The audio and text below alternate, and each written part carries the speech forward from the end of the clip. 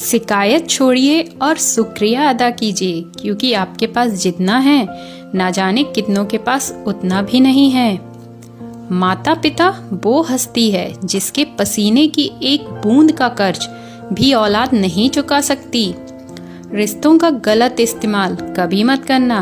अच्छे लोग जिंदगी में बार बार नहीं आते। जीवन में मेहनत करने से दिमाग और सत्य बोलने से दिल साफ रहता है। अक्सर झूठे इंसान की बातें मीठी होती हैं और सच्चे इंसान की बातें कड़वी होती हैं। जिसके पास धैर्य है वह जो चाहे वो पा सकता है। याद रखना, अक्सर वही लोग हम पर उंगली उठाते हैं जिनकी हमें छूने की औकात भी नहीं होती। ठोकर इसलिए नहीं लगती कि इंसान गिर जाए, ठोकर इसलिए लगती है कि इंसान संभल जाए। जिसे समय का सदुपयोग करने की कला आ गई, समझो उसने सफलता के रहस्य को समझ लिया है।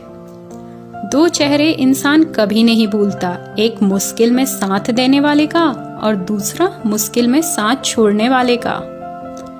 जुबान का वजन बहुत कम होता है, लेकिन इसे बहुत कम लोग संभाल पाते हैं। हर छोटा बदलाव बड़ी कामयाबी का हिस्सा होता है।